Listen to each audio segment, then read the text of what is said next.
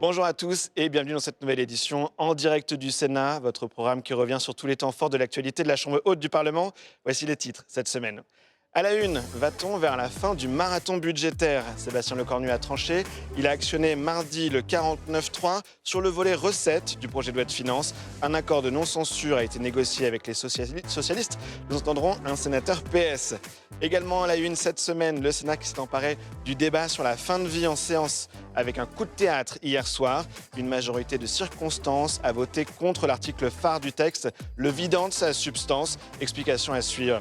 Et enfin, les représentants de la marque d'ultra fast fashion Shein étaient reçus hier au Sénat avec le patron du BHV à Paris. L'occasion de faire le point sur l'implantation dans ce grand magasin de la marque 2 mois après l'ouverture d'un corner Shein.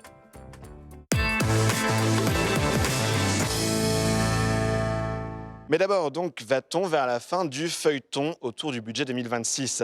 Le Premier ministre a décidé d'utiliser l'article 49.3 de la Constitution après avoir négocié un accord de non-censure avec les députés socialistes. Voyez cet extrait des questions au gouvernement hier au Sénat. On y revient juste après avec un invité. Souvenons-nous, mes chers collègues, de cette période où la baisse des impôts, la baisse des charges et la simplification des normes a été une réussite. Souvenons-nous de cette période, celle de 2017-2020, où notre économie s'est doucement réveillée grâce à la politique de l'offre mise en œuvre par le gouvernement de l'époque. Cette politique a permis de faire baisser durablement le chômage et de retrouver la croissance que François Hollande avait perdue. Cette politique a permis de passer notre niveau de déficit sous la barre des 3% en 2018 et en 2019. Ça paraît loin déjà, mais nous l'avons vécu, mes chers collègues. Les sénateurs de mon groupe ont cherché à poursuivre cette politique lors de l'examen du budget 2026. Fidèles à nos idées, nous avons défendu moins d'impôts, moins de dépenses publiques et plus de liberté pour nos entreprises. Dans le pays le plus fiscalisé du monde, c'était bien le minimum que nous puissions faire. En décembre dernier, Madame la ministre, le gouvernement a lâché la réforme des retraites pour faire passer le PLFSS. Aujourd'hui, pour faire passer le PLF, vous vous apprêtez à financer une augmentation des transferts sociaux en donnant un coup de massue fiscal aux entreprises. Elles vont être prélevées de plus de 8 milliards d'euros supplémentaires pour financer les nouveaux cadeaux faits à Olivier Faure, comme la hausse de la prime d'activité ou les repas à 1 euro. Dans le contexte international actuel, nous comprenons que la stabilité politique est un prix.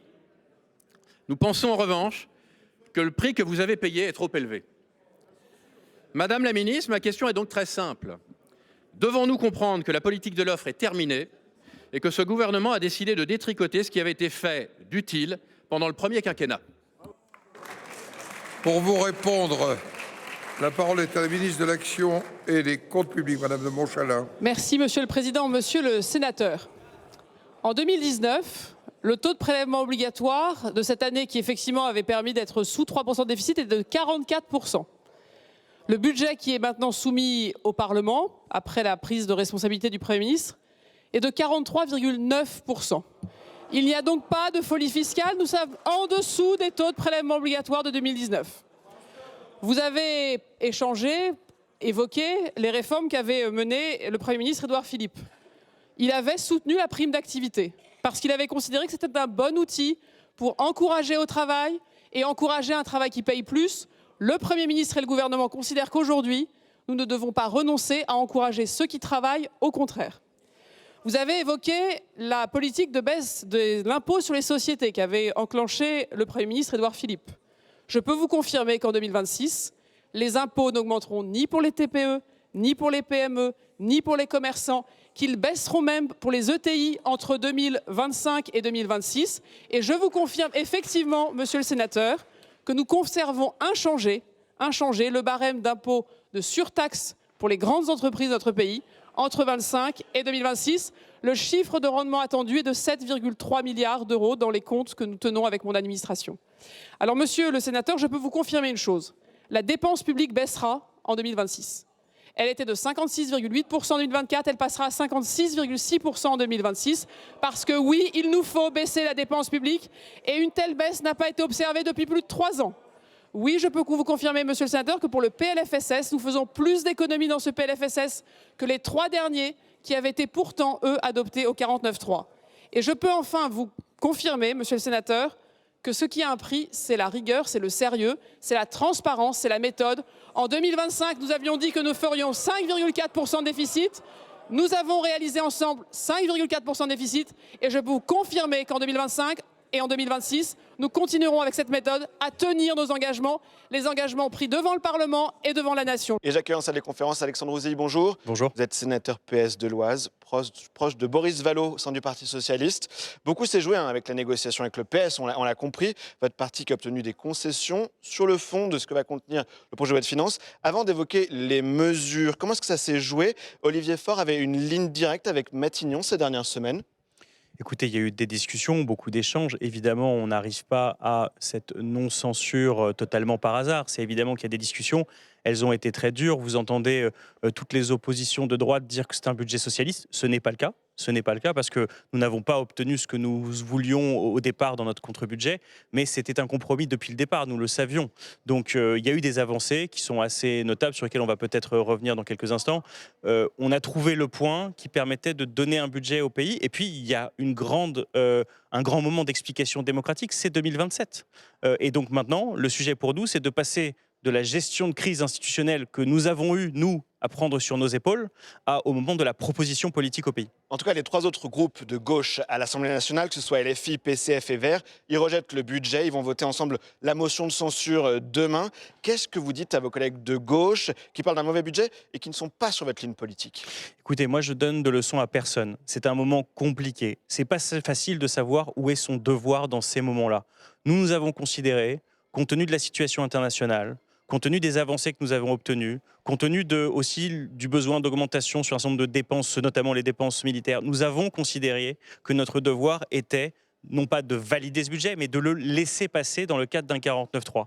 C'est notre analyse. Ça ne veut pas dire que ce n'est pas nos partenaires pour demain. Ça veut juste dire ça va pas laisser des traces, parce que Marine Tondelier qui dit que vous êtes la béquille du gouvernement, il va y avoir des séquelles ensuite à gauche de ce qui s'est joué. C'est pas très agréable, et moi je n'irai pas sur des termes où je qualifierais l'attitude des uns et des autres et le fait que la pensée du jour suivant n'est pas forcément très présente dans la bouche et le vocable des uns et des autres. Je veux juste dire, moi je respecte les choix qui ont été faits, je demande que soit respecté le choix du Parti Socialiste dans un moment compliqué de notre histoire politique où la Ve République est cul par-dessus tête, disons-le simplement. Allons sur le fond des mesures que le PS a négociées, on peut le dire. Il y a la hausse de la prime d'activité, le repas à 1 euro pour les étudiants, hausse des moyens des bailleurs sociaux, hausse du fonds vert. À propos des recettes, la surtaxe sur les bénéfices des 300 grandes entreprises qui réalisent des chiffres d'affaires, un rendement à 8 milliards d'euros en 2026 comme en 2025. La taxe visant le patrimoine financier des holdings familiales. Est-ce que c'est la liste de courses que vous aviez fournie à Sébastien Lecornu? On n'a pas tout eu. On n'a pas tout eu. Mais qu'est-ce qu'on a cherché à faire? Au moment du PLFSS, on a beaucoup fait pour les retraités. Le texte sur la sécurité sociale. Le texte sur la sécurité sociale. On a fait la question de la réforme des retraites et du retour à ce qu'il y avait antérieurement, de la suspension de la réforme des retraites. Là, on a voulu parler aux actifs. On a parlé à la France du travail avec la prime d'activité qui va être de plus de 600 € par an lorsqu'on la globalise, que les gens vont toucher pour ceux qui sont proches du SMIC. On a parlé à la France du travail quand on parle de logement, dans ce pays où les classes moyennes n'arrivent plus à se loger. On a parlé aux jeunes avec le repas à 1 euro. On a parlé, j'ai envie de dire, aux générations futures lorsqu'on fait des mesures sur l'écologie comme le fonds vert qui concerne d'ailleurs les collectivités locales. Au Sénat, c'est quand même un sujet important. Moi, le nombre de communes qui isolent des millions de mètres carrés chaque année dans le pays parce qu'ils ont le fonds vert, c'est très important pour les collectivités locales. Donc on a voulu aussi compléter. Je pense que c'est important que les gens aient en tête. On a voulu compléter ce qu'on avait fait sur les retraités vers les actifs et aussi les plus jeunes qui sont traités par les compromis que nous avons eus. Et il y avait la question du pouvoir d'achat qui pour l'instant n'était pas adressée. Et là, nous avons quelque chose d'important. Et Coquerel, le président LFI de la commission des finances à l'Assemblée, qui a parlé de petits cailloux avec ces mesures autour d'un gigantesque volume de coupes budgétaires. C'est des petits cailloux, ce que vous avez obtenu?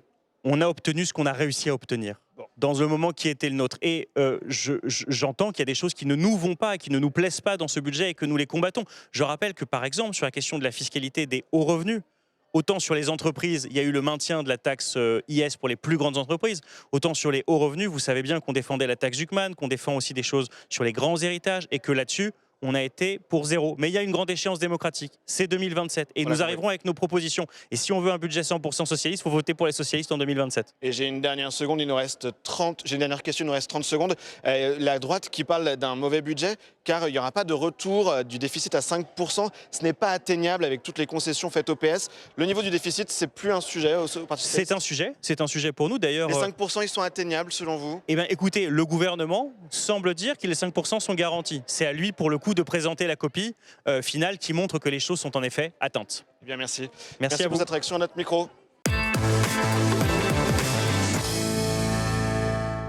Allez, on en vient au deuxième thème dans cette émission et le débat sur la fin de vie au Sénat. La commission, à majorité de la droite et du centre, avait largement réécrit l'article phare du texte, l'article 4, sur les conditions d'accès à une assistance médicale à mourir. Une majorité en séance hier, vous allez le voir, a alors voté contre, que ce soit les sénateurs favorables à l'aide à mourir, pour qui cette définition n'allait pas assez loin, mais aussi les opposants au texte.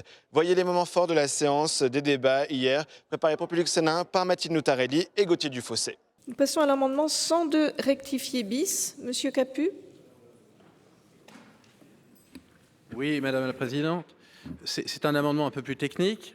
Vous l'avez compris, l'article 4 prévoit les conditions qui sont requises pour mettre en œuvre le suicide assisté et l'euthanasie. Parmi ces conditions présentées par l'article, le patient doit subir des symptômes dont la perception est insupportable, sans que le caractère insupportable ne soit défini. Ça nous laisse quand même devant des montagnes de perplexité pour savoir ce qui est insupportable ou pas, et dans quelle mesure c'est suffisamment insupportable pour légitimer un suicide assisté ou une euthanasie. L'amendement que je vous propose de solliciter à la fois la Haute Autorité de Santé et le Comité national d'éthique pour qu'une grille soit prise en décret en Conseil d'État pour aider les praticiens à déterminer des critères permettant d'établir ce qui doit être considéré comme insupportable ou pas. J'ai conscience que c'est un petit peu, c'est pas la panacée, hein, c'est pas, ça rend le sujet encore plus administratif et inhumain qu'il l'est déjà, mais je ne vois pas à ce stade d'autres solutions. Merci. Quel est l'avis de la commission? Monsieur le rapporteur. Oui, merci Madame la Présidente. Je dois dire que nous avons été et nous sommes attentifs à ce que les critères qui permettent d'engager une procédure d'assistance médicale à mourir soient aussi précis que possible. Donc nous avons tenu à inscrire la définition de la souffrance réfractaire dans ce texte en nous appuyant sur les travaux de la Société française d'accompagnement des soins palliatifs. En revanche, il nous semble compliqué de recourir à un décret du Conseil d'État pour fixer les conditions d'évaluation et de la souffrance insupportable. Le caractère insupportable d'une souffrance ne peut être apprécié, vous l'avouerez, vous serez d'accord avec moi, que par le patient lui-même, comme l'indique d'ailleurs la Haute Autorité de Santé dans ses travaux. Il existe bien des échelles de référence, c'est sûr, pour permettre d'évaluer la douleur du patient, mais il n'y a pas de critères précis, en tout cas pour l'instant. Donc c'est ce qui rend la notion évidemment extrêmement subjective, mais nous devons pour l'instant nous y résoudre. Donc la Haute Autorité de Santé, la Société française d'accompagnement des soins palliatifs travaille actuellement sur ces questions et tente de fixer des définitions. Ils rédigent aussi, ils tentent de rédiger des guides à l'attention des professionnels. Donc recourir à un décret sur ce sujet ne nous semble pour l'instant ni nécessaire ni véritablement approprié. Et donc, ce serait une demande de retrait ou à défaut, la Commission émettrait un avis défavorable. Nous avons d'ailleurs senti dans votre exposé que vous-même, vous étiez un petit peu sur l'attente de savoir ce qu'il fallait faire. Merci, monsieur le rapporteur. Madame la ministre, quel est l'avis du gouvernement? Merci, Madame la Présidente. Je comprends le sens de votre amendement et ce pourquoi vous l'écrivez. Malgré tout, et c'est une bataille que j'avais dans une autre vie avec mes étudiants, par exemple, pour expliquer que la douleur, elle est la douleur ou la souffrance, c'est la souffrance ressentie. Et et personne ne peut juger de la souffrance de l'autre qui est ressentie. Et à partir du moment où, comme ça a été très bien dit, le patient déclare une douleur ou une souffrance insupportable, elle doit être prise en compte, et je crois qu'aucun décret ne pourra, ou aucune mesure biologique ou ne pourra se permettre de dire c'est insupportable ou ça ne l'est pas. Et je pense que c'est très important parce qu'on l'a dit tout à l'heure, c'est le patient qui est au centre de ces propositions de loi que nous étudions. Et si on veut réellement faire ça, il faut laisser les professionnels avec le patient décider de ces douleurs insupportables. Merci Madame la Ministre. Monsieur Capu, il est maintenu cet amendement ? Compte tenu de la réponse de la Commission et compte tenu du caractère extrêmement subjectif, effectivement, du caractère insupportable, je vais suivre l'avis de la Commission et retirer l'amendement. Très bien, il est retiré. Nous allons passer au vote sur l'article 4 pour lequel j'ai été saisie d'une demande de scrutin public par le groupe LR et par le groupe Écologie, Solidarité et Territoires. Et je déclare le scrutin ouvert. Donc le scrutin est clos. Votant 318, exprimé 267, pour 123, contre 144. L'article 4 n'est pas adopté. Monsieur le Président Mouiller. Oui, merci Madame la Présidente. Je voudrais simplement demander une suspension de séance, si c'était possible. Accordé, Voilà. sans Merci. problème, Monsieur le Président. Combien, Monsieur le Président ? Monsieur le Président, combien de temps ? 10 minutes ? Très bien, 10 minutes. La séance est reprise. Et je donne la parole au Président Mouiller.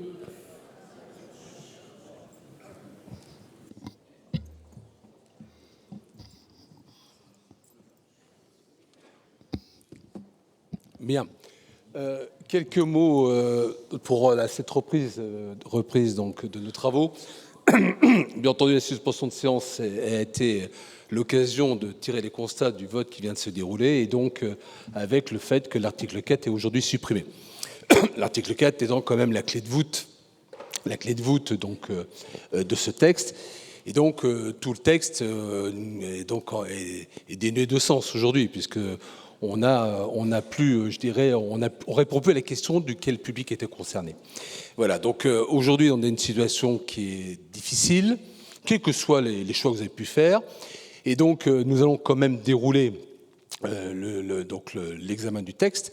Bien entendu, beaucoup d'amendements n'ont plus de sens autour notamment de l'examen, notamment des amendements de la Commission. La Commission va rester dans sa fonction de façon simple et donner les avis qui avaient été exprimés, mais dans un texte de commission qui pratiquement n'existe plus aujourd'hui. Et donc, nous allons donc continuer sur ces travaux. Les uns les autres, prenez vos responsabilités sur les amendements que vous avez déposés, ce qui est sur l'utilité. Mais clairement, aujourd'hui, le texte, avec l'article 4 aujourd'hui supprimé, bien, n'a plus de sens. La clé de voûte de ce texte est tombée. Et donc, nous devons, en tous les cas, de façon juridique, continuer la procédure et donc avancer sur le déroulé. Voilà, c'est ce que je voulais vous dire. Je regrette que l'article 4, quel que soit le résultat, l'article 4 modifié, soit aujourd'hui sorti du texte. Mais en tous les cas, nous continuons l'examen de ce texte. Merci, Monsieur le Président. Monsieur le Président Caner, pour un rappel au règlement. Oui, Madame la Présidente, Madame la Ministre, Monsieur le rapporteur, Mesdames les rapporteurs, Monsieur le Président de la Commission, c'est un triste soir pour le Sénat que nous vivons collectivement. Nous n'étions pas en ligne sur l'article 4. Pour ce qui nous concerne, nous avons voté contre l'article 4 puisque nous y voyons une bouteille à moitié vide. Mais nous espérions quand même qu'un minimum de soutien aux travaux de la Commission aurait pu s'exprimer pour permettre de continuer le débat jusqu'au bout. Non, les amis. Nous avons un peu de respect. Nul ne peut se prévaloir de sa propre turpitude. Nul ne peut se prévaloir de sa propre... Très concrètement, nous avons assumé politiquement le vote qui était le nôtre. Et il y a clairement des changements de position depuis hier soir sur voilà, l'aile droite de cet hémicycle, qui fait qu'aujourd'hui, le Sénat fait de ce texte une forme d'agonie politique. Et nous sommes en train de ridiculiser la Haute Assemblée sur un sujet essentiel pour les Français. Aujourd'hui, mes chers collègues, aujourd'hui, ce soir, en ne permettant pas au débat de se poursuivre dans de bonnes conditions sur le fond, en nous demandant finalement de retirer nos amendements et de faire semblant, eh bien, c'est toute la Haute Assemblée qui se retrouve affaiblie. Je le regrette très solennellement. J'ai bien compris que les expressions qui ont été celles, notamment hier soir, de l'ancien président, pour être très clair, du groupe LR a pu faire bouger des lignes. Mais je regrette qu'ainsi, nous soyons totalement décrédibilisés par rapport à l'opinion publique qui nous regarde ce soir. Les journalistes sont déjà sur le sujet, vous l'imaginez bien. Je le regrette pour le Sénat, pour la démocratie et surtout pour l'intérêt des patients qui attendaient beaucoup du Sénat en matière de fin de vie. Merci, Monsieur le Président. Monsieur le Président Hervé, pour un rappel au règlement. Merci, Madame la Présidente. Madame la Ministre, un rappel au règlement au titre du chapitre 12, article 32 et suivant. Mes chers collègues, respectons-nous. Respectons-nous et respectons le choix de chacun. Je ne peux pas entendre que des consignes ont été données, que des votes ont été changés. Pour ce qui est de mon groupe, nous avons été consultés individuellement. Chaque sénateur, chaque sénatrice du groupe de l'Union centriste a pu donner en conscience les votes qu'il souhaitait. Nous savions que nous aurions des scrutins publics sur des articles comme celui-là. Et donc chacun d'entre nous, pour ce qui est des présents et des sénateurs qui ont donné des consignes de vote, a pu le faire en conscience. Respectons-nous, et c'est comme ça que ça fonctionne. On ne peut pas demander à des sénateurs qui sont opposés à l'euthanasie et au suicide assisté, comme c'est mon cas, de voter pour un article comme l'article 4. C'est impossible. C'est tout. Merci. Monsieur Jomier, pour un rappel au règlement.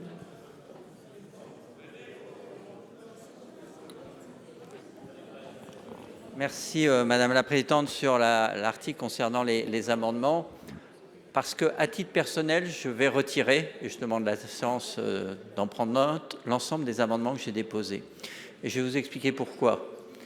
Depuis que nous avons débuté ce débat, au fil de son avancée, il est devenu chaotique. Au point que certains collègues ont expliqué qu'ils maintenaient des amendements, mais dans l'idée où ce serait un autre texte, etc. Et c'était avec une volonté de compromis et d'avancer. Mais les rapporteurs ont présenté un texte qui est tellement orthogonal à ce que nous a transmis l'Assemblée nationale que nous ne sommes pas dans une co-construction entre les deux chambres du Parlement. Comme sur la PMA il y a quelques années, comme sur le budget plus récemment, le groupe LR a fait le choix de se mettre en dehors d'une construction avec l'Assemblée nationale. Et moi, je le regrette.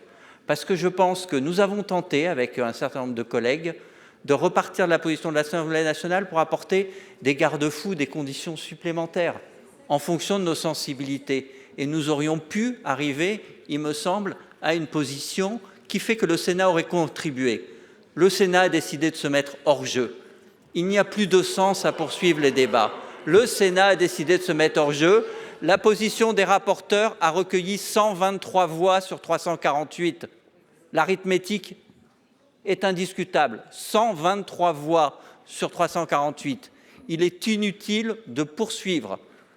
La seule utilité maintenant, c'est malheureusement, et je le regrette, car j'ai porté la volonté d'un compromis et d'une écoute des différentes positions. La seule utilité maintenant, c'est de renvoyer le texte à l'Assemblée nationale. Pour des raisons juridiques, le président de la Commission nous a expliqué que nous devions aller au bout du texte. Nous irons, mais à titre personnel donc, et j'appelle mes collègues qui le veulent bien à faire de même. Je vais retirer les amendements car il n'y a plus de sens. Merci. Madame Puissat, pour un rappel au règlement. Oui, Madame la Présidente, au titre de l'article 33, simplement, à ce titre-là, je prends et nous prenons note effectivement que l'article 4 a été rejeté.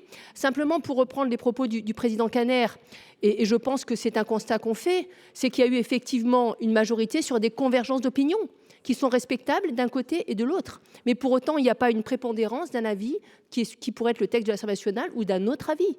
Donc nous prenons note effectivement de ce constat-là. Nous constatons effectivement qu'il n'y a plus de texte de la Commission.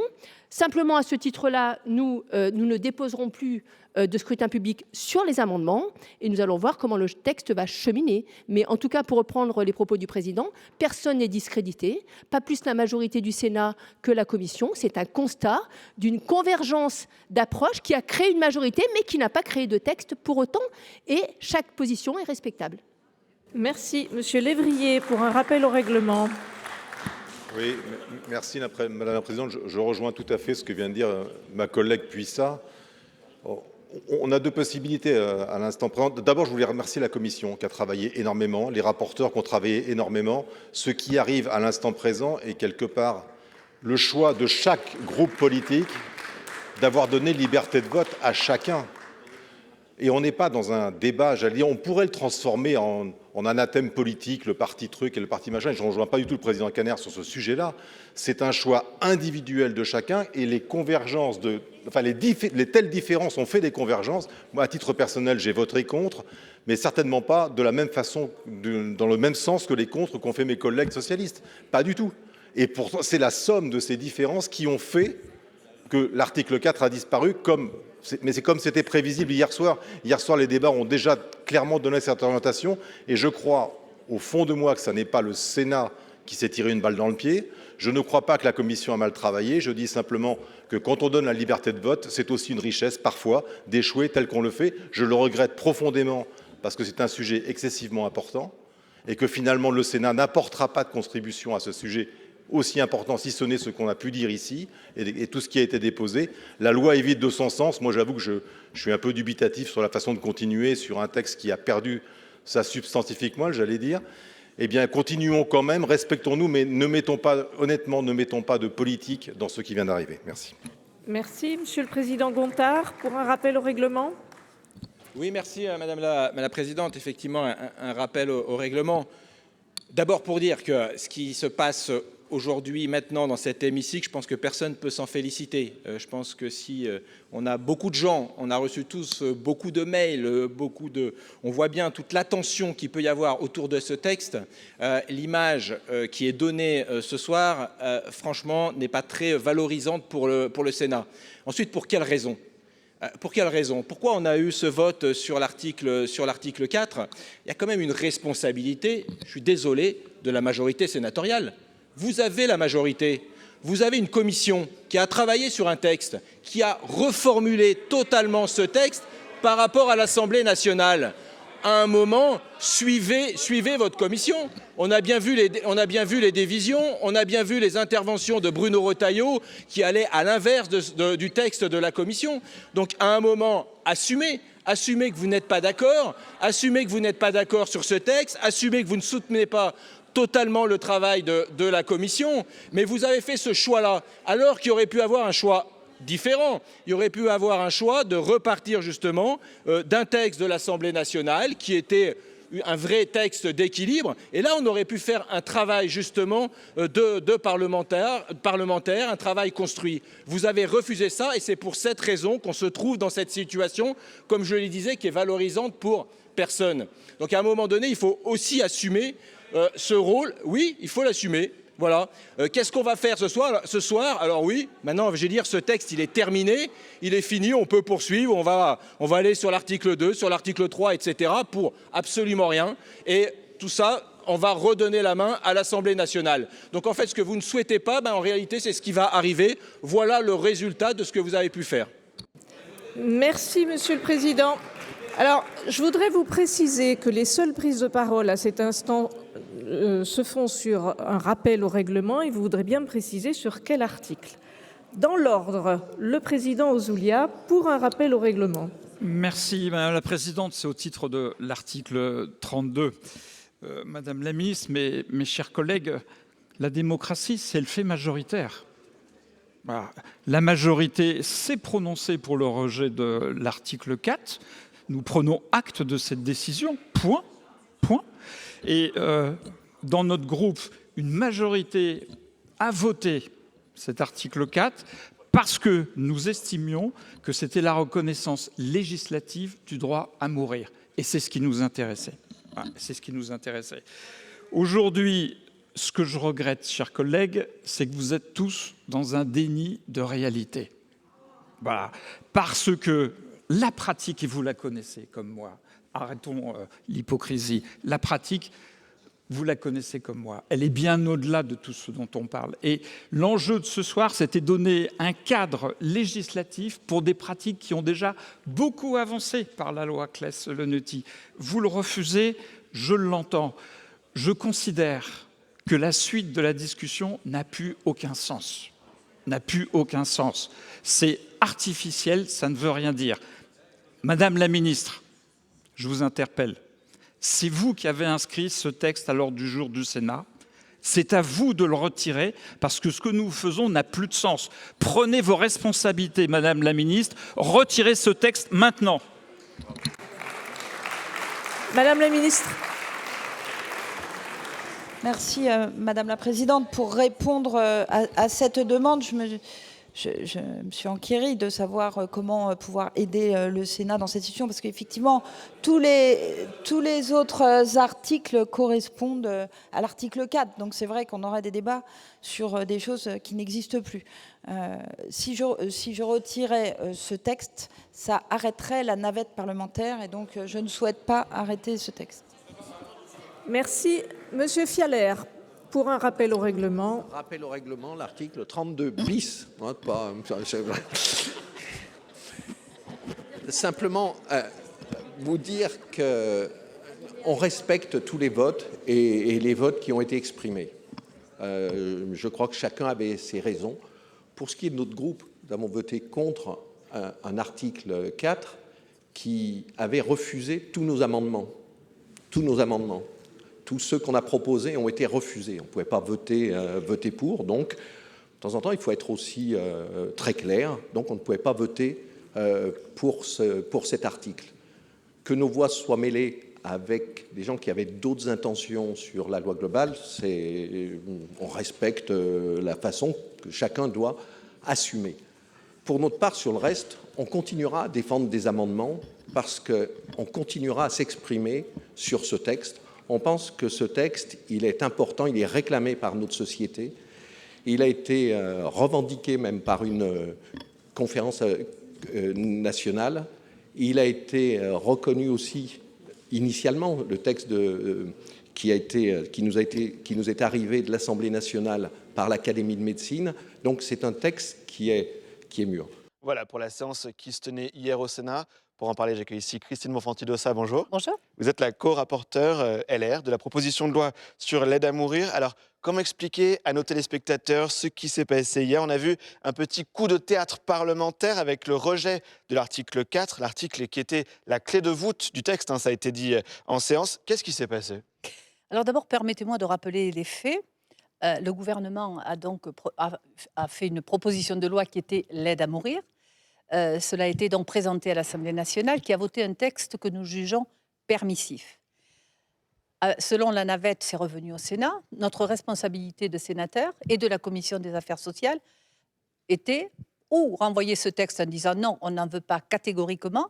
Et à ce moment-là, c'était le texte de l'Assemblée nationale qui serait revenu à l'Assemblée nationale, ou de dire nous sommes des responsables. Nous allons dire non à ce texte, mais essayer de l'améliorer. C'est ce que nous avons essayé de faire. Vous avez présenté votre écriture de l'article 4. Mais nous avons, si vous voulez, on a cherché à éviter le pire. Mais lorsque je dis cette expression pire, reste toujours le pire.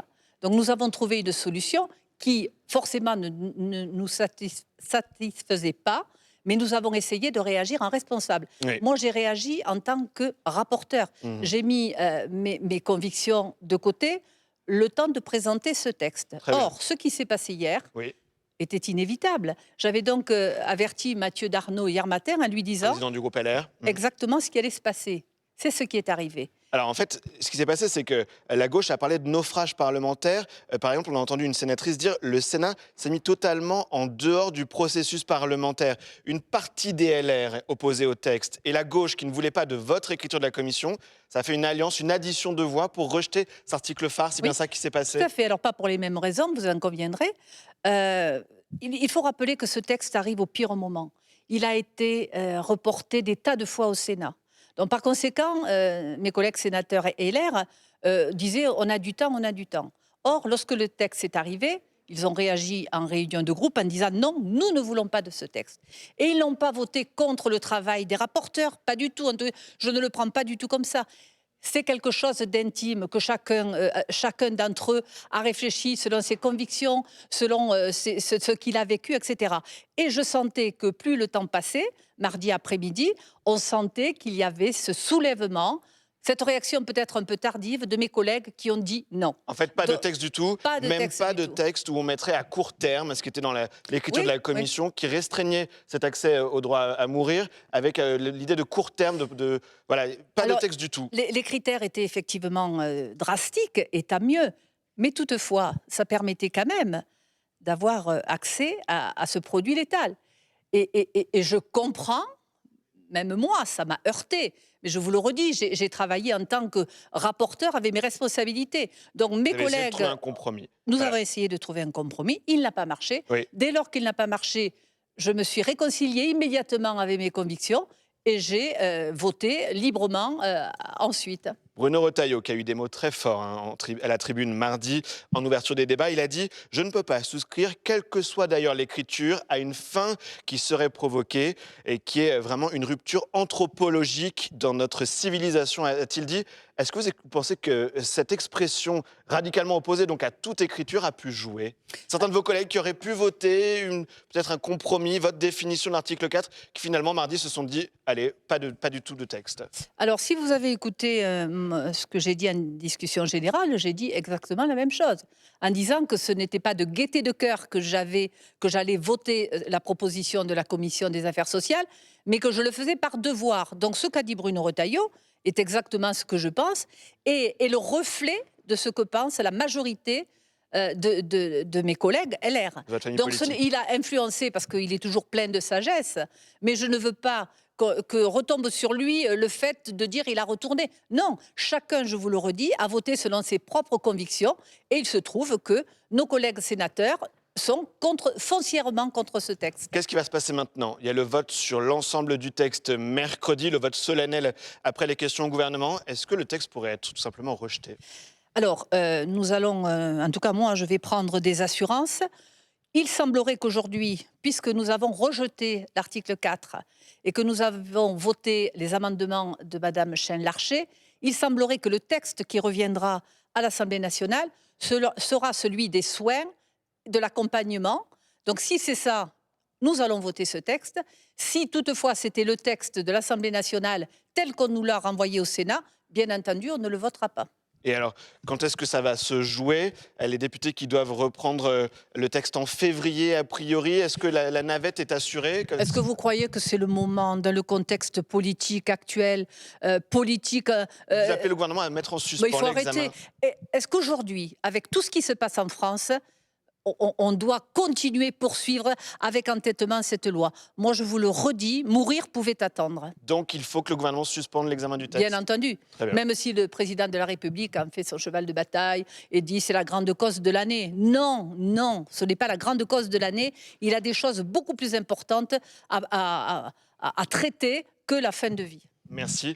Merci Christine Monfils pour être venue exprimer comme ça vos convictions sur ce texte. On l'a bien compris. Merci à vous. Allez, deuxième invité sur ce thème, j'accueille ici Bernard Fialaire, bonjour. Vous êtes sénateur RDSE du Rhône. On vous a entendu très déçu en séance hier soir tard. Vous avez dit « Je ne sais pas comment on peut se ridiculiser à voter un texte devenu aussi grotesque ». C'est ce que vous avez dit en séance. Qu'est-ce qui s'est passé à vos yeux sur ce texte fin de vie hier? Alors, ce qui s'est passé est assez d'ailleurs difficile à analyser et multifactoriel. Parce que si l'on peut respecter la liberté de conscience de chacun, on pouvait s'attendre à un débat de fond qui soit intéressant. Or, il a été tronqué, ce débat, par l'organisation d'ailleurs du débat. On a commencé par inverser l'ordre des sujets, c'est-à-dire qu'on a commencé par la loi sur la fin de vie avant celle sur les soins palliatifs, ce qui fait que tout le début du débat a été alimenté par une situation comme si les soins palliatifs Était absent du débat. Était absent, n'existait pas. Et chaque argument qui était avancé par ceux qui s'opposent à la loi sur la fin de vie. C'était on doit d'abord développer les soins il faut d'abord, palliatifs. voilà, donc c'était vraiment perturber le débat. Ensuite, on a changé l'ordre d'étude des articles. En commençant par l'article 4. Qui est les critères pour avoir accès à cette assistance médicale à mourir. Et enfin la commission des affaires sociales qui a présenté un texte, donc qui l'avait voté à la majorité, finalement n'avait aucune majorité. Les membres de sa majorité qui avaient voté ce texte, qui était imparfait à leurs yeux, étaient finalement, c'était un prétexte pour s'y opposer. Donc je trouve qu'il y a une véritable malhonnêteté intellectuelle à avoir fonctionné de cette façon. Donc vous regrettez la tenue de ce débat qui n'était pas au niveau. En 2 jours, on a écarté ce texte alors qu'il avait fait l'objet de nombreuses séances à l'Assemblée nationale. Vous regrettez ce qui s'est passé au Sénat, on le comprend. Voilà. Le début du débat pouvait être intéressant, avec, je dis, l'expression des convictions de chacun qui doivent être respectées. Mais très vite, les choses ont basculé. Et on a vu, par exemple, rapporteurs de commission qui s'exprimaient en leur nom propre contre l'avis, finalement, de la commission. Enfin, c'est assez malhonnête intellectuellement. Et ce débat, quand même, qui est un débat important, méritait une autre hauteur. Mais alors, ce qui s'est passé en séance hier, est-ce que c'est pas juste le signe que la société ou une partie de la société n'est pas prête à avancer sur ce droit à mourir? C'est ce qu'a dit un de vos collègues, Emmanuel Capus, hier à la fin de la séance. Et en fait, on aurait le rejet d'un Sénat conservateur qui exprimerait une partie de l'opinion qui serait contre ce texte. Alors, qu'une partie de l'opinion soit contre, oui, certainement pas majoritaire.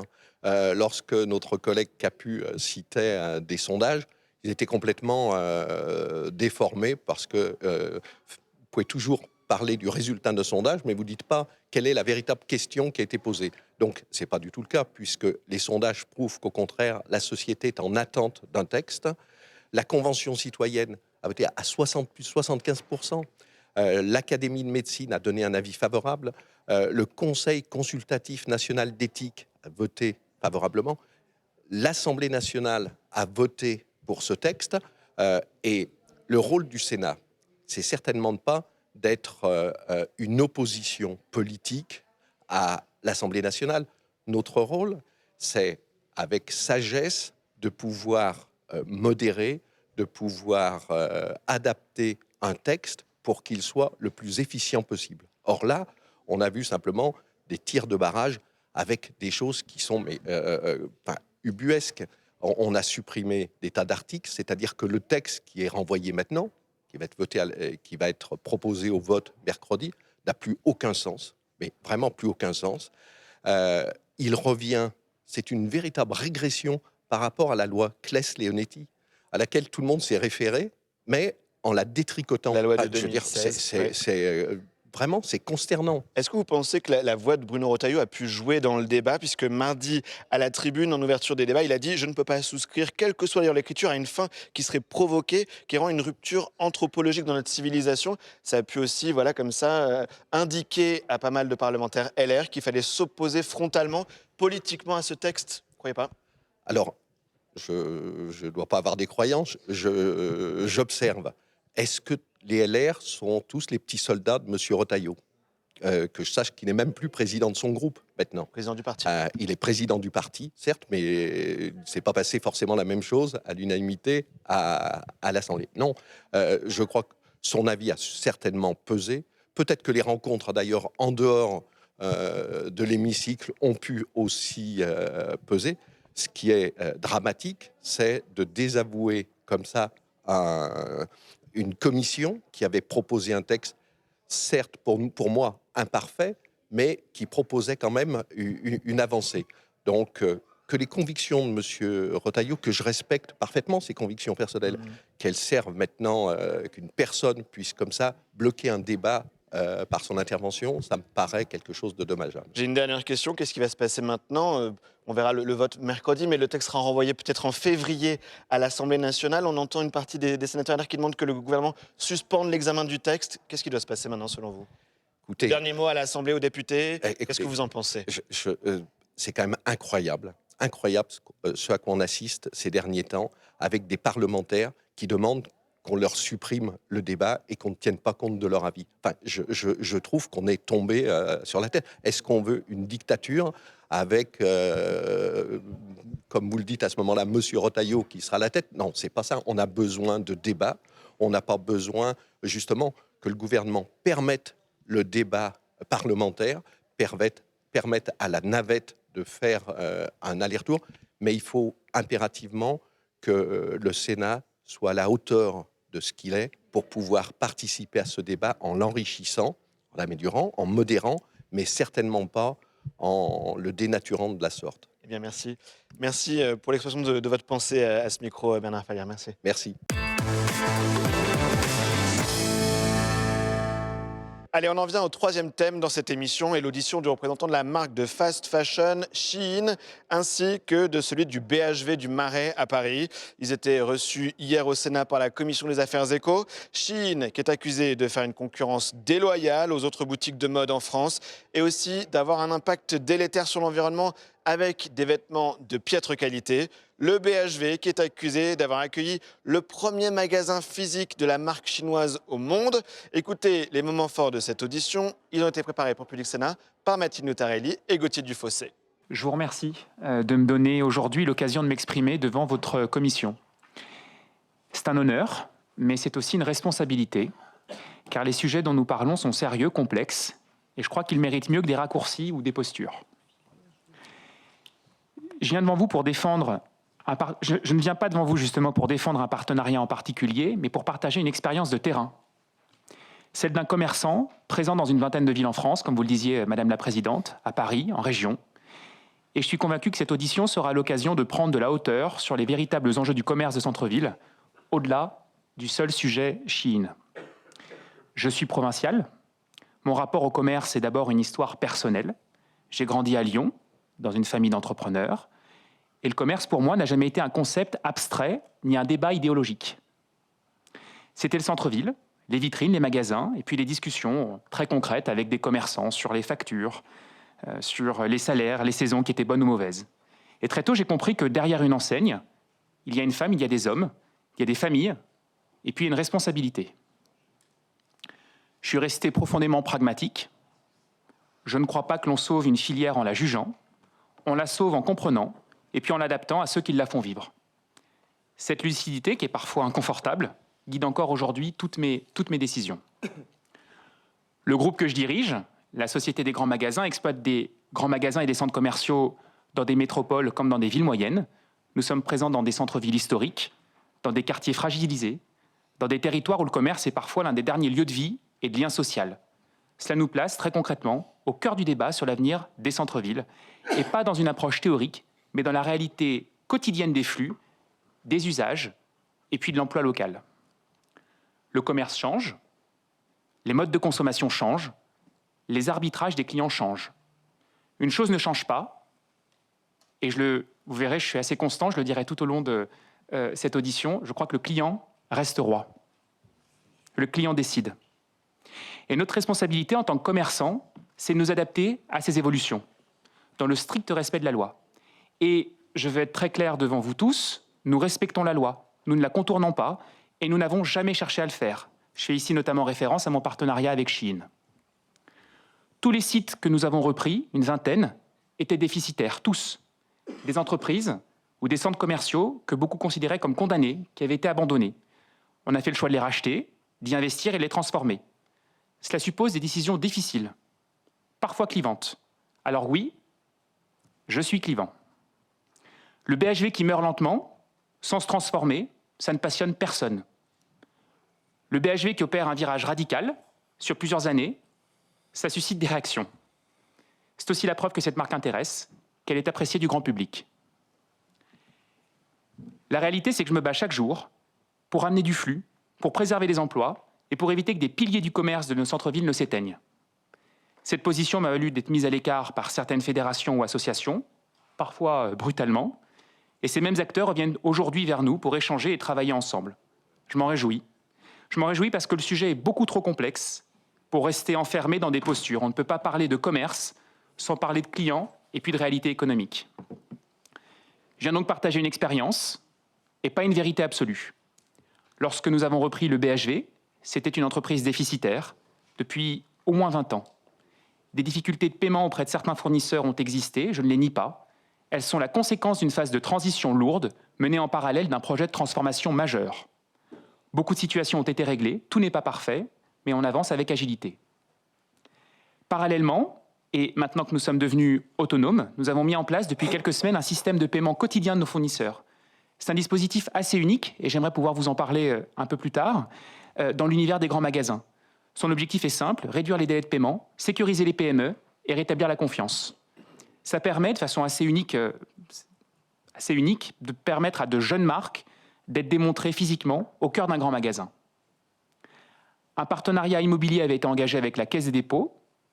Sous l'effet des pressions politiques et médiatiques, notamment autour du débat à Chine, la Caisse des dépôts a dû se retirer. Elle a fait le choix de se retirer, c'est un fait.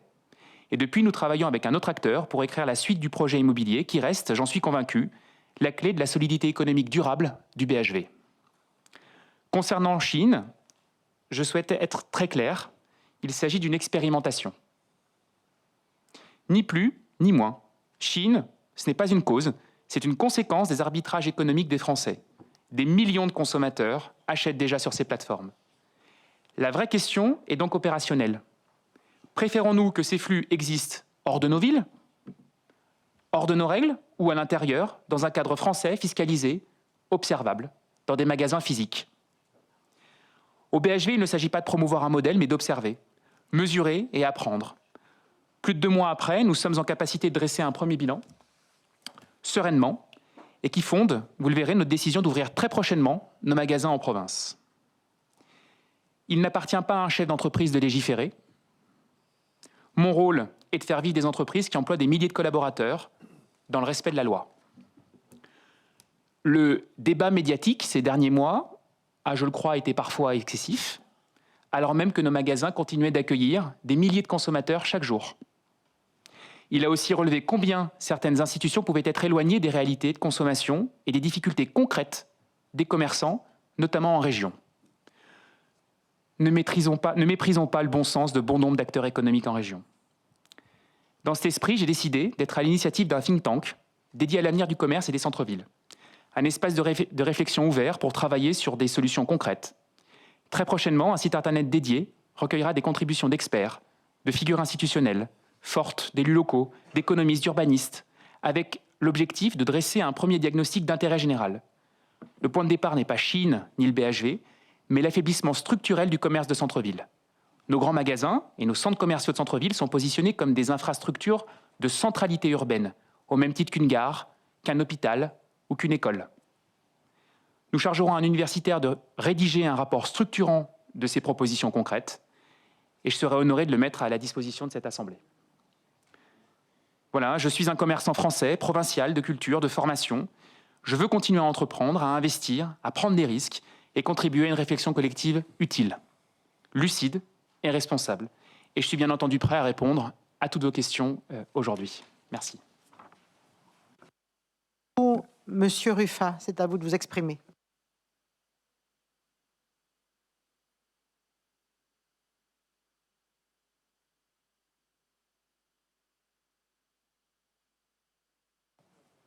Attendez, on va essayer. Madame la Présidente, Mesdames et Messieurs les sénateurs, je vous remercie de me donner la parole aujourd'hui.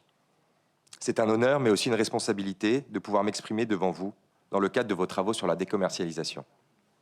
Un sujet structurant pour l'avenir de nos territoires et du commerce en France. Cette table ronde s'inscrit dans un moment de transformation profonde des usages de consommation, des modèles économiques et des attentes sociales. Ces évolutions ne sont ni nouvelles, ni simples, et le Sénat les observe et les analyse depuis de nombreuses années. Il me paraît donc important de rappeler un point de contexte. La décommercialisation des centres-villes est un phénomène ancien, largement antérieur à l'arrivée de Chine en 2018. Elle s'inscrit dans une trajectoire longue, marquée par plusieurs ruptures successives, le développement des hypermarchés et des zones commerciales en périphérie dès les années 1970, la délocalisation massive de l'industrie textile à partir des années 2000, puis l'adoption progressive du e-commerce par les consommateurs français. C'est dans ce paysage déjà profondément transformé que Shein s'est développée. Notre offre ne s'est pas conduite en rupture avec ces évolutions, mais en réponse à une demande bien réelle, celle d'une mode abordable, accessible, notamment dans des territoires où l'offre commerciale physique est parfois réduite, voire inexistante. Pour comprendre notre place dans cet écosystème, il faut d'abord expliquer notre modèle. Shein emploie aujourd'hui une vingtaine de collaborateurs en France, mais notre empreinte économique dépasse largement cette présence directe. Elle s'exprime à travers nos partenaires, notre chaîne logistique et les écosystèmes que nous contribuons à structurer. Notre modèle repose sur un principe simple mais exigeant. Produire uniquement ce qui est demandé. Concrètement, chaque nouvelle référence est lancée en très petite série, entre 100 et 200 pièces. Nous analysons ensuite, en temps réel, les réactions des consommateurs et ajustons la production en conséquence. Cette logique nous permet notamment de proposer chaque référence du XXS au XXL, sans multiplier les volumes ni créer de stock inutile. Elle poursuit un objectif clair, limiter la surproduction, les stocks et les invendus, qui restent les principaux fléaux business et environnementaux de l'industrie textile. Les résultats sont concrets. Nos taux d'invendus sont à un chiffre, très en dessous des standards du secteur, qui se situent généralement entre 20 et 40%. Il ne s'agit pas de produire davantage, mais de produire plus justement, en s'adaptant au plus près à la réalité de la demande. Shein, ce n'est pas une injonction à consommer davantage. C'est une offre de choix qui laisse aux consommateurs la liberté de décider quand, comment et à quel prix ils s'habillent en fonction de leurs moyens et de leurs besoins. Nous proposons, et ce sont nos clients qui choisissent. Enfin, Shein est à la fois une marque, avec ses propres références, et une marketplace ouverte à des vendeurs tiers. Cette double activité structure notre présence sur le territoire national. Ce modèle prend tout son sens dans un pays comme la France. La France est un marché clé pour Shein, à la fois culturellement, parce que la mode y occupe une place importante, et économiquement, parce que la question du pouvoir d'achat y est centrale. Selon une étude d'Oxford Economics, en 2023, les activités de Shein ont soutenu 2900 emplois en France et contribué à plus de 640 millions d'euros du PIB français. Nous avons noué des partenariats durables avec 2 acteurs majeurs de la logistique nationale, CMA-CGM et le groupe La Poste. Cette contribution continue de croître à mesure que notre activité se développe. Je souhaite être très clair sur un point. Shein respecte toutes les lois, réglementations et obligations fiscales applicables dans tous les marchés où nous opérons. Par exemple, sur les 3 dernières années, nous avons payé plusieurs centaines de millions d'euros de TVA en France. Les affirmations contraires sont factuellement infondées. Au-delà de ces contributions économiques, nous investissons aussi dans la création française. Depuis 5 ans, la France est un pays clé du programme SheinX, qui accompagne des designers et des artistes dans la création et la diffusion de leurs premières créations. Ce programme représente 100 millions d'euros d'investissement à l'échelle mondiale. Plus de 5300 créateurs ont été soutenus, dont plus d'une centaine en France depuis 2021. La France a également été l'un des premiers pays à accueillir Shein Accelerator, destiné à accompagner des marques établies comme des créateurs émergents, en accélérant leur croissance digitale avec un accompagnement dédié et international en les distribuant dans les 160 pays dans lesquels nous opérons. En septembre 2025, Pimki est la première marque française à rejoindre ce programme, tout en conservant pleinement son identité française, son réseau de magasins et sa propriété intellectuelle. Avec un objectif de plus de 30% de chiffre d'affaires en ligne d'ici 3 ans, tout en poursuivant son développement physique. Quant à elle, Mathilde Lhomme est la première créatrice française indépendante à rejoindre cet accélérateur.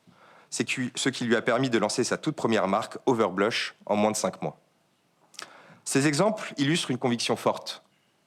Une complémentarité est possible entre un acteur du e-commerce comme Shein et les marques ou créateurs français. À cette échelle, peu d'acteurs ont structuré des dispositifs comparables. Mais au-delà des modèles économiques et des investissements, il faut revenir à l'essentiel.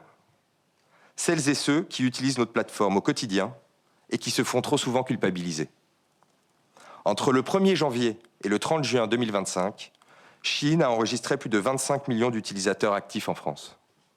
Ils sont majoritairement âgés de 18 à 35 ans et près de 95% vivant dehors de Paris, Lyon et Marseille. Notre marque est particulièrement présente et appréciée dans des départements que vous connaissez bien, mesdames et messieurs les sénateurs. notamment dans l'Ain, la Somme, l'Oise, le Doubs, les Hautes-Pyrénées, le Var, le Gard ou encore l'Hérault. Cette diversité des profils se traduit aussi par une attente très forte en matière d'inclusivité. Proposer des vêtements du triple XL au triple XL, ce n'est pas un argument marketing. C'est répondre à la réalité des corps et des morphologies de nos clients. Pour beaucoup de nos consommateurs, notamment en région, accéder à une offre de mode inclusive reste difficile. Nous répondons à cette attente concrète. Contrairement à certaines idées reçues, abordable ne signifie pas de mauvaise qualité. Une étude de circularité que nous mettrons à votre disposition montre que nos vêtements sont portés en moyenne une trentaine de fois, soit à un niveau comparable à celui du marché. Il faut aussi regarder lucidement la réalité du pouvoir d'achat. Selon une étude IFOP, 6 Français sur 10 disposent de moins de 200 € par an pour l'achat de vêtements neufs. Beaucoup n'ont ni les moyens de surconsommer, ni ceux de jeter. Shein s'inscrit dans cette réalité sociale. Nos clients, nous les considérons. Nos clients, nous ne les considérons pas comme des profils abstraits. Nous allons à leur rencontre, physiquement, dans les territoires. Depuis 2020, nous déployons en France des boutiques éphémères en région, avec un objectif simple, créer du lien et générer du flux en centre-ville. À Dijon, dans votre territoire, Madame la sénatrice Loisier, notre boutique éphémère, installée en juin 2025, a accueilli 26 000 visiteurs en 10 jours, avec un taux de satisfaction de 86,7%, une clientèle majoritairement jeune, une forte demande pour la mode inclusive, notamment les grandes tailles, et un impact très concret sur le commerce local. Près de 30% des visiteurs ont réalisé d'autres achats à proximité. Les commerçants qui nous ont d'abord regardés avec défiance se sont pour certains ensuite félicités d'avoir réalisé leur chiffre du mois en 10 jours grâce à un flux de visiteurs plus important qu'à l'accoutumée. Cette logique d'ancrage local est essentielle pour nous. Avec le BHV, nous avons voulu expérimenter ce que certains opposent encore trop souvent, le commerce en ligne et le commerce physique, alors qu'une complémentarité réelle peut exister. Ce partenariat avec le groupe SGM vise à démontrer comment la force et la popularité d'une marque digitale comme la nôtre peuvent contribuer à stimuler la fréquentation et l'attractivité des commerces physiques plutôt que de s'y substituer. Il reflète une conviction forte. L'avenir du commerce en France ne reposera pas sur un choix à somme nulle entre numérique et présence locale, mais une meilleure intégration des deux. Il faut savoir être multicanal. Cette expérimentation dont nous vous partagerons la réalité du bilan avec Frédéric Merlin nous permet d'explorer de nouvelles formes d'hybridation entre notre modèle de production à la demande, leader du secteur, et le commerce hors ligne. Elle conjugue la commodité et la valeur attendue par nos clients, l'expérience physique et humaine du magasin, l'ambition du groupe SGM de faire des centres commerciaux de véritables lieux de vie et la capacité de Shein d'anticiper finement la demande locale grâce au numérique. Les grands magasins traversent, comme l'ensemble du commerce urbain, des mutations profondes, renouvellement des publics, hybridation des usages, recherche d'expérience autant que de flux. Notre objectif partagé avec Frédéric Merlin est clair, attirer une clientèle plus jeune, plus connectée, plus internationale. Les premiers résultats à Paris sont encourageants. Environ 30% des clients Shein ont réalisé des achats auprès d'autres marques présentes au BHV, générant ainsi un effet d'entraînement positif. Mesdames et messieurs les sénateurs, Shein est une entreprise consciente de ses responsabilités économiques, sociales, environnementales et territoriales. Les attentes, les pratiques et les usages de consommation des Français évoluent plus rapidement que les pratiques du secteur et de l'industrie. Cela impose des transformations profondes du commerce en France. Nous en sommes pleinement conscients. Nous ne prétendons ni détenir les réponses, ni avancer seuls. Nous souhaitons contribuer à la réflexion collective aux côtés des pouvoirs publics, des acteurs économiques, des territoires et bien sûr de nos consommateurs. Avec humilité, avec constance et avec la volonté de progresser. Je suis naturellement à votre disposition pour répondre à vos questions. Je vous remercie. Bonjour à tous les deux, merci de vos propos introductifs.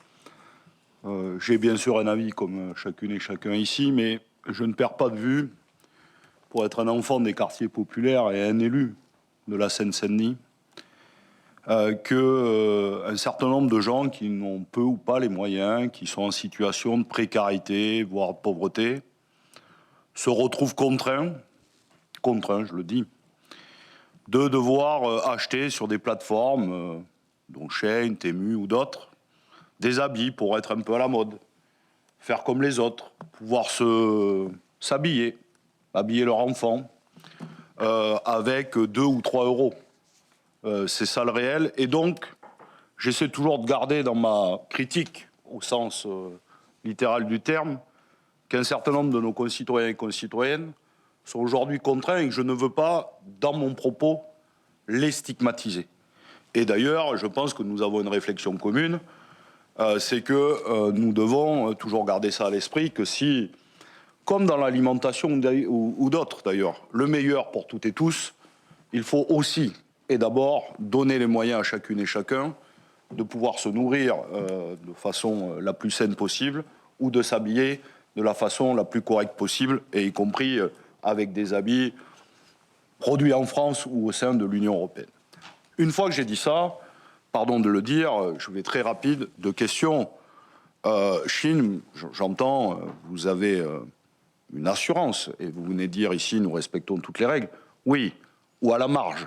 Parce que pour compléter la question de mon collègue Jadot, si effectivement vous payez une partie de la TVA, parce que vous l'avez dit, vous êtes aussi marketplace et donc revendeur, dont vous collectez la TVA pour d'autres, que nous attendons les documents, et je pense que vous devriez jouer la transparence, que vous reversez bien la TVA que vous collectez pour les revendeurs, ce qui, nous le savons, pas que pour vous, est assez aléatoire pour les grandes plateformes mondialisées. La deuxième question, c'est que vous réalisez beaucoup de chiffres d'affaires en France comme ailleurs, et que vous vous soustrayez en réalité à l'impôt, et c'est un réel. Et d'ailleurs, bon, 20 salariés aujourd'hui, on ne peut pas dire que ça participe grandement au PIB. Enfin, sur les conditions de travail des travailleurs et des travailleuses de l'autre côté de la planète, elles m'importent autant que celles et ceux françaises qui sont présents ici. D'ailleurs, j'ai été en Chine et il a été impossible, je le dis bien, de rencontrer des travailleurs et des travailleuses qui travaillent dans vos usines, et interdit d'y rentrer, sachant que nous savons que le salaire moyen en Chine comme au Bangladesh est de 100 € pour 12 heures par jour et 6 jours travaillés, voire 7. Donc il y a quand même une question éthique et politique. Enfin, et j'en viens à M. Merlin, moi je pense que vous êtes à la confluence de la financiarisation des actifs, de la mondialisation des plateformes et d'un affaiblissement de nos écosystèmes des centres-villes. Alors dans le business, et quand on veut éclater le secteur, comme vous essayez de le faire, bon, bah, l'histoire juge dans 5 ou 10 ans. Soit vous serez un génie, et tout le monde dira « Ah, il a eu raison avant tout le monde », ou tout le monde dira « Ah, c'était une comète, et finalement, il s'est planté ». Bon, moi, j'en sais rien, comme on n'est pas dans 10 ans, nous verrons bien. Mais les difficultés, elles sont là. Vous l'avez dit, et c'est pas contraint que la CDC a quitté, c'est un choix politique qu'elle a fait. Dans la guerre commerciale, la guerre manufacturière que nous posent les Chinois. D'ailleurs, il faudrait au minimum qu'on se mette d'accord entre Européens, puisque même la taxe ultra fast fashion que nous avons adoptée, 2 ou 3 € pour les petits colis, comme en fait la Pologne va construire un grand hangar, vous allez acheminer tous les colis en Pologne, puis les racheminer en France, donc finalement, ça ne servira à rien. Donc déjà, il faudrait que nous-mêmes, nous menions un combat politique au sein de l'Union européenne, c'est une vraie question, mais vous avez donc perdu ces 300 millions, donc vous ne pouvez pas racheter les murs aujourd'hui, donc où vous en êtes sur cette question. Et puis la deuxième, c'est que nous le savons, mais Madame la Présidente l'a suggéré, comme elle sait si bien le faire, je ne rentre pas dans les affaires judiciaires, mais un certain nombre, en tout cas, de petits commerçants, d'artisans, disent des impayés. D'ailleurs, vous avez fait le choix en 2026 de passer au paiement quotidien. Donc, qu'est-ce que cela veut dire? Comment vous allez agir pour notamment payer un certain nombre d'impayés? Donc, d'ailleurs, à Metz. Et puis enfin, aujourd'hui, vous êtes prévalu les 15 premiers jours de 300 000 visiteurs, 50 000 ventes, un panier moyen de 43 €. Mais le réel, c'est que j'en reviens aux gens, parce que c'est toujours les citoyens et citoyennes qui viennent et qui achètent sur leur téléphone ou à 2 ou 3 €. Mais les produits que vous vendez sont entre 14 et 25 €. Donc ceux qui viennent sont déçus et se disent finalement et repart. Et aujourd'hui, toutes les enquêtes journalistiques le montrent. RTL a été hier dans votre magasin. Le magasin, en plus d'avoir fait fuir Dior, Guerlain et les autres, et donc d'être passé d'un bazar de luxe en réalité à aujourd'hui quelque chose, une promotion en tout cas de l'ultra fast fashion, vous avez perdu sur un pan et vous n'êtes pas en train d'en regagner un autre. Donc est-ce qu'en réalité, vous n'êtes pas en train de perdre votre pari? Et est-ce que vous avez l'idée que si ça continue à ne pas fonctionner, de rechanger le système? Voilà, je vous remercie. Eh bien voilà, on est dans le vif du sujet et donc je vous propose de répondre à cette première série de questions. Je ne sais pas qui veut commencer, Monsieur Ruffat, vous commencez? Allez. Merci, Madame et Messieurs les sénateurs, pour vos questions. Je vais commencer par les questions viennent me concernant de Monsieur Jadot et de Monsieur Gay. Concernant les chiffres que vous avez avancés sur la non-conformité des produits, il y a effectivement un nombre de chiffres incalculables qui sont diffusés, que ce soit par le gouvernement, que ce soit par la DGCCRF, que ce soit par la presse. La réalité des faits, c'est que durant l'opération menée par les douanes, qui a été largement documentée par la presse, seulement une centaine de produits sont restés à quai, le reste ont été livrés chez les clients. N'ayant pas été notifiés ni par la DGCCRF, ni par les douanes de la réalité et du nombre de ces contrôles, je ne suis pas en mesure de commenter ces chiffres. La seule chose que je peux vous dire aujourd'hui, c'est qu'une centaine de produits ont été mis de côté pour des contrôles plus poussés. Sur la réalité des contrôles, des contrôles internes à Chine, je rappelle qu'en tant que très grande plateforme en ligne, donc VLOP, nos obligations concernent l'évaluation et l'atténuation des risques. Ça a été rappelé hier par Madame Sarah Lacoche en commission au Parlement, celle qui dirige la DGCCRF. Nous effectuons régulièrement des contrôles aléatoires qui peuvent, le cas échéant, entraîner des sanctions contre les vendeurs tiers. Ces contrôles sont soutenus par des auditeurs indépendants, notamment Bureau Veritas ou Intertech, que vous devez connaître. Par exemple, concernant les vêtements que nous vendons et autres produits de confection Chine, des inspections aléatoires ont lieu chaque mois. Cela peut inclure des tests de résistance, de tissu, de durabilité, de couleur, de boulochage et de sécurité chimique. En 2024, nous avons rapporté que plus de 700 000 inspections avaient été effectuées sur des articles de vêtements afin d'évaluer la conformité aux normes applicables. Pour les produits d'habillement sous la marque Chine, j'utilise le temps que vous m'offrez aujourd'hui pour vraiment rentrer dans le détail des contrôles. Ça va peut-être vous paraître un peu rébarbatif, mais utilisons ce temps pour que je puisse, en toute transparence, vous expliquer comment nous contrôlons les choses. Pour les produits d'habillement sous la marque Chine, nous avons mis en œuvre un protocole de sécurité qui est multifacette pour surveiller la conformité des produits de marque Chine et s'assurer qu'elles répondent aux lois et aux réglementations applicables dans les pays dans lesquels nous opérons. Avant de travailler avec un fournisseur, puisque je rappelle que les usines, ce ne sont pas nos usines, mais ce sont des fournisseurs. Avant de travailler avec un fournisseur, il doit accepter formellement notre code de conduite des fournisseurs et les exigences de sécurité des produits. La conformité des fournisseurs est ensuite vérifiée par des audits réguliers basés sur le risque. Et pour nos propres produits, nous réalisons des tests de sécurité à grande échelle, basés sur les risques tout au long du cycle de production, dans des laboratoires indépendants et accrédités. Et nous retirons tout produit ne respectant pas les normes de sécurité. Monsieur le sénateur Jadot, je n'ai aucun problème, après cette audition, à vous partager certains de nos contrôles, de résultats de nos contrôles produits, pour que vous compreniez comment ça fonctionne. Il y a ensuite le sujet marketplace. Je le rappelle encore une fois, nous sommes une très grande plateforme en ligne. Nos obligations concernent l'évaluation et l'atténuation des risques systémiques. La conformité des produits sur la marketplace Chine est gérée par une série d'étapes qui commencent avant l'adhésion du vendeur et se poursuivent tout au long du cycle de vie des produits mis en vente. Ces procédures comportent 3 étapes principales. Avant l'intégration, nous avons mis en place des mesures pour garantir que les vendeurs qui souhaitent s'inscrire au sein de la plateforme respectent nos politiques et réglementations locales.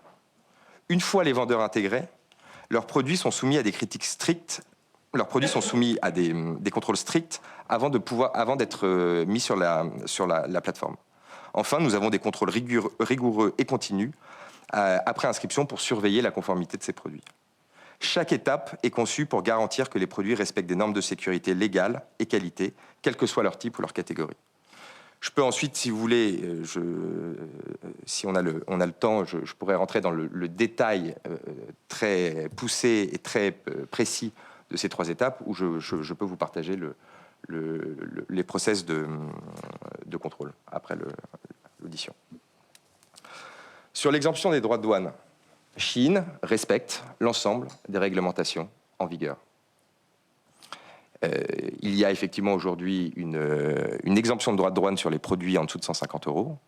Je ne suis pas en mesure de commenter ce que le gouvernement et vous, mesdames et messieurs les sénateurs ou les députés, faites au sujet de cette taxe. Encore une fois, notre mission, c'est de proposer des produits abordables à nos clients, tout en respectant les règles et les réglementations en vigueur dans les pays dans lesquels nous opérons. Sur nos fournisseurs, nous avons 10 000 fournisseurs en Chine. 95% de ces fournisseurs en 2024 ont été audités par des cabinets d'audit indépendants, dont Bureau Veritas que vous connaissez. Dans ce code de conduite interne, il y a 3 points de zéro tolérance. Le travail d'enfant, le travail forcé et le refus de se soumettre à un audit indépendant. Ces audits ne sont pas préparés et nous nous assurons de la bonne tenue du code de conduite interne que les fournisseurs sont obligés de signer s'ils veulent travailler avec nous. Si un point de zéro tolérance est découvert lors de l'audit, nous ne cachons pas la poussière sous le tapis. Nous annonçons le nombre de fournisseurs avec lesquels nous avons arrêté de travailler dans notre rapport RSE. Sur le rapport RSE 2024, c'est 12 fournisseurs avec qui nous avons terminé le contrat. Sur le salaire, monsieur le sénateur Gay, des études menées par nos auditeurs tiers couvrant plus de 4000 travailleurs dans les usines de nos fournisseurs en Chine montrent que les employés des fournisseurs Chine perçoivent généralement des salaires non seulement bien supérieurs au salaire minimum local, mais aussi nettement supérieurs à ceux des travailleurs d'autres secteurs de l'industrie mondiale de la mode, tant en termes absolus qu'après ajustement du pouvoir d'achat local. Je vous rappelle que 97% de la production du textile qui est vendu en France aujourd'hui est produit à l'étranger.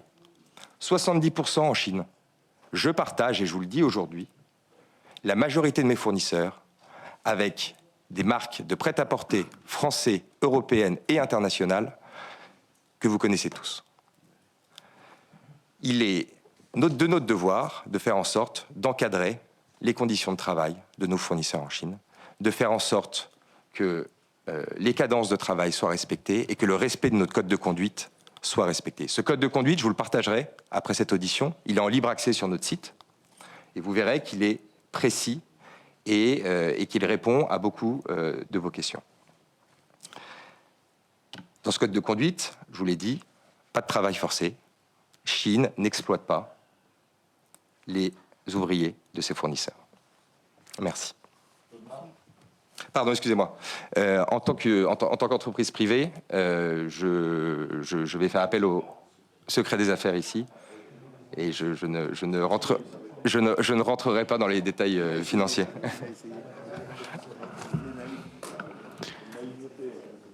Ah, moi, je peux vous parler de mes taux de marge. Non, d'abord, avec distance, ce que je voudrais dire, c'est que je trouve que... Pardon, Madame la Présidente, mais je rechignais un peu à venir, parce que j'avais le sentiment de m'être beaucoup exprimé en fait sur ce sujet-là et que la polémique était en train de redescendre. Et je rejoins un peu vos propos, Monsieur le Sénateur. En fait, je crois que dans les affaires, ce qu'il faut, c'est avoir raison, mais avoir raison trop tôt, c'est avoir tort finalement. Et je suis ravi en fait que ce temps d'échange arrive 3 mois après l'annonce de ce partenariat, parce qu'on est moins dans la passion, on est moins dans l'émotion, et on peut prendre le temps de répondre. Et puis surtout, je suis heureux d'avoir Quentin près de moi, parce que à chaque fois que j'ai dû m'exprimer sur la nature de ce partenariat, on venait me chercher en fait sur tous les sujets qui sont les sujets d'éthique, de responsabilité vis-à-vis de Chine. Et je crois que Quentin est bien plus au fait de répondre que moi. Et puis je constate qu'en plus de ça, il y a une dimension, presque religieuse autour de Chine. Il y a un dogme autour de Chine. C'est-à-dire qu'on a beau apporter la preuve, on n'y croit toujours pas. Voilà. Et en fait, je voudrais juste vous dire dans quelle mesure j'ai décidé de faire ce partenariat, parce que je considère en fait être un chef d'entreprise éthique, je considère avoir des valeurs dans mon groupe, et j'ai constaté que la majorité des fournisseurs, des marques, pardon, qui étaient présentes dans mes magasins ou mes centres commerciaux partageaient les usines de Quentin. Donc si je décidais en fait d'extraire, de dire je ne veux pas travailler avec cette marque, je ne le ferai pas pour des raisons économiques, je le ferai pour un sujet qui me dépasse, celui de la mondialisation. Et pardon, mais du haut de mes 34 ans, je crois que je ne suis pas capable en fait de régler ce problème-là à l'échelle mondiale. Madame la sénatrice et monsieur le sénateur, je pense que vos questions rejoignent celles du bilan en fait, et que l'enjeu c'est peut-être de dresser un bilan de ce qu'est notre partenariat avec Chine après un peu plus de 2 mois d'ouverture. D'abord, je crois que la France, elle n'aime pas les expériences. Parce que cette expérience, on aurait pu la faire n'importe où ailleurs, on a décidé de la faire en France. Alors Chine a eu du courage. Chine a eu du courage parce qu'en faisant cette expérience en fait et en venant en France, ils savaient qu'ils allaient prendre beaucoup de coups. Je crois qu'ils ont pris des décisions assez drastiques en fermant la marketplace, etc. Et je ne suis pas certain que ce soit un bilan économique réussi pour Chine que d'avoir fait en fait ce partenariat physique avec nous, mais c'est un partenariat qui avait du sens pour servir le commerce physique. On est présent dans une vingtaine de villes en France. Nous ne faisons qu'un seul constat. Notre choix à nous, c'est de n'être présent qu'en hyper-centre-ville. Et finalement, les problématiques de l'hyper-centre-ville de Grenoble ou de Mulhouse, il est pratiquement le même que celui de Paris. C'est-à-dire que l'accès à nos magasins est devenu très difficile. Les habitudes de consommation changent. Et monsieur le sénateur, je pense que vous avez commis une erreur dans votre propos liminaire en disant, dans votre propos, en disant en fait que vous compreniez beaucoup de personnes qui étaient contraintes de consommer chez Chine. La réalité, et je le constate tous les jours, c'est qu'il n'y a pas que des personnes contraintes de consommer sur Chine. Non, mais vous savez, je pense que dans cette assemblée, certains de vos enfants consomment sur Chine. Je voulais... Monsieur, j'ai effectivement oublié de vous donner un chiffre qui ne vient pas de chez nous et qui va à l'encontre de la contrainte que vous mentionnez, c'est que Chine est la 5e marque de mode préférée des Français. Et donc, non mais c'est l'enjeu mais ce n'est que l'enjeu du prix. Ce n'est que l'enjeu du prix. Et donc, je pense que les habitudes de consommation changent plus généralement. Il n'y a pas que des personnes contraintes. Il y a des personnes contraintes pour des raisons financières, pour des raisons de taille aussi, parce que Chine est connue pour ses grandes tailles. Mais il y a aussi des habitudes de consommation où en fait la jeune génération peut-être surconsomme, a l'habitude en fait de vouloir avoir de la mode, etc. Et aujourd'hui consomme sur Chine très régulièrement. Et en tant que commerçant, avec 27 millions de clients revendiqués, je ne peux pas imaginer qu'il ne puisse pas y avoir de clients transverses entre des marques qui se veulent médium, premium, et des clients Chine. C'est la réalité. Je ne peux faire que constater. Voilà pour l'audition qui se tenait hier au Sénat. Pour en parler, j'accueille ici Antoinette Guhl. Bonjour. Bonjour. Vous êtes sénatrice écologiste de Paris. Vous receviez donc le représentant de Chine en France et du patron du BHV à Paris. Votre collègue Yannick Jadot qui a parlé d'une alliance mortifère entre ces deux acteurs. En fait, ces deux acteurs, ils représentent ce que vous combattez politiquement, c'est ça? Tout à fait. Alors, ce que nous combattons politiquement, bien sûr, en tant qu'écologistes, et plus généralement avec tous ceux qui s'allient aujourd'hui contre la fast fashion, parce qu'il y a destruction de valeurs, en réalité, destruction de valeurs économiques pour nos entreprises, pour les industries européennes, destruction de valeurs aussi pour l'environnement, parce que ce sont des entreprises la fast fashion pollue énormément, et puis destruction aussi du commerce de proximité. Alors. Donc tous ces éléments, et puis bien sûr destruction de la santé, car les normes minimales ne sont pas respectées, nous l'avons vu lors de tous les examens douaniers là, qui ont eu lieu sur les produits Chine. Ouais, à l'automne. Qu'est-ce que vous avez pensé dans ce cadre des arguments du représentant de Chine, Quentin Ruffat?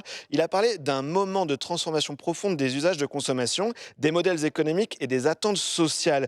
Est-ce qu'au final, Chine n'est pas la réponse à une demande des consommateurs? Alors, un vaste débat, on a vu que ça avait aussi été au sein de l'audition. Vous avez raison, c'est à la fois un vaste débat, on peut toujours se mettre du côté des consommateurs, et moi-même j'ai envie de me mettre du côté des consommateurs. Lorsqu'on dit qu'il faut contrôler Chine, c'est parce que leurs produits ne répondent pas aux normes de santé, aux normes d'hygiène, que nous imposons en France lorsqu'on dit qu'il faut se mettre du côté des consommateurs, c'est aussi pour éviter que des consommateurs achètent des produits qui ont été fabriqués très loin, dans des conditions déplorables, quelquefois par des enfants, quelquefois par des esclaves modernes. Et on le sait, c'est le problème des Ouïghours que j'évoquais. Donc en réalité, c'est aussi protéger le consommateur que de vouloir réguler ce monde de la fast fashion. Mais donc je continue, il a donné ses chiffres sur les clients Chine. Entre le 1er janvier et le 30 juin 2025, Chine a enregistré 25 millions d'utilisateurs actifs en France. Ils sont majoritairement âgés de 18 à 35 ans. 95% vivent en dehors de Paris, Lyon et Marseille. C'est un succès populaire, Chine. Qu'est-ce que vous dites à ces clients? Bien sûr, c'est un succès. Alors c'est un succès populaire parce que les prix bas sont un succès populaire. Je crois qu'aujourd'hui, il y a une conscience de plus en plus importante et c'est pour ça que je ne veux pas que Chine se dérobe de ses responsabilités. Et la réunion que nous avons eue hier, l'audition que nous avons eue hier, c'était vraiment l'audition de toutes les dérobades. À chaque question, ce n'était pas Chine, c'était les fournisseurs, ce n'était pas Chine, il fallait aller demander à quelqu'un d'autre, etc. Donc, je crois que chacun doit assumer ses responsabilités et ils doivent, en réalité, quand on met des produits sur le marché, on a une responsabilité. Ça n'est pas que le consommateur qui décide. Le consommateur, il doit être protégé. Autre argument, oui. Autre argument avancé par Chine, je continue, une grande majorité des marques de prêt-à-porter feraient désormais produire leurs marchandises en Chine, parfois dans les mêmes usines que Chine, c'est l'argument aussi. Oui, c'est ce qui est dit. Après, est-ce que vous ne leur reprochez pas tout un modèle, en fait, à ces deux acteurs? Bien sûr, c'est tout un modèle. C'est d'une part la plateformisation, et par ailleurs, effectivement, le mode de fabrication. Et ça, c'est pas possible. On ne peut plus aujourd'hui accepter que les normes environnementales ne soient pas respectées, il faut savoir quand même, puisque j'ai parlé de normes environnementales, que la filière textile est une des filières les plus polluantes au monde, de toutes filières confondues.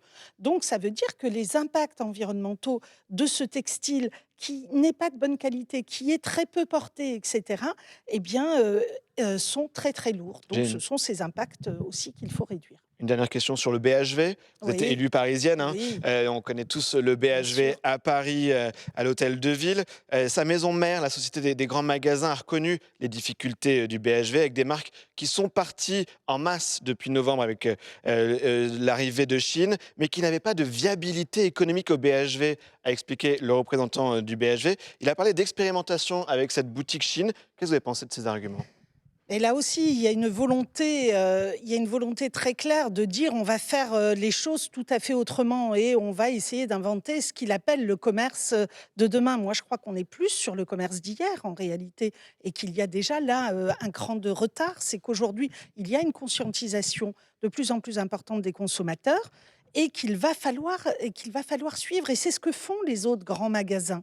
Et ce n'est pas ce que fait le BHV. Mais on a bien vu là, avec des soldes où les clients n'ont pas été au rendez-vous, etc., que le BHV cherche encore, quand même, malgré tout, son option commerciale, celle qui va lui permettre de remonter la pente, puisque je crois que là, les chiffres sont quand même en chute libre. Eh bien, merci. Merci pour cette réaction sur notre micro et on suivra l'actualité autour du BHV de Chine. Merci. C'est la fin de cette émission. Merci à vous de l'avoir suivi. N'hésitez pas à lire les décryptages, à voir les replays. C'est sur publicsénat.fr. Prochain rendez-vous avec l'info dans quelques minutes à 18h pour Sens Public. C'est présenté par Thomas Hugues. Très belle suite de programme sur Public Sénat.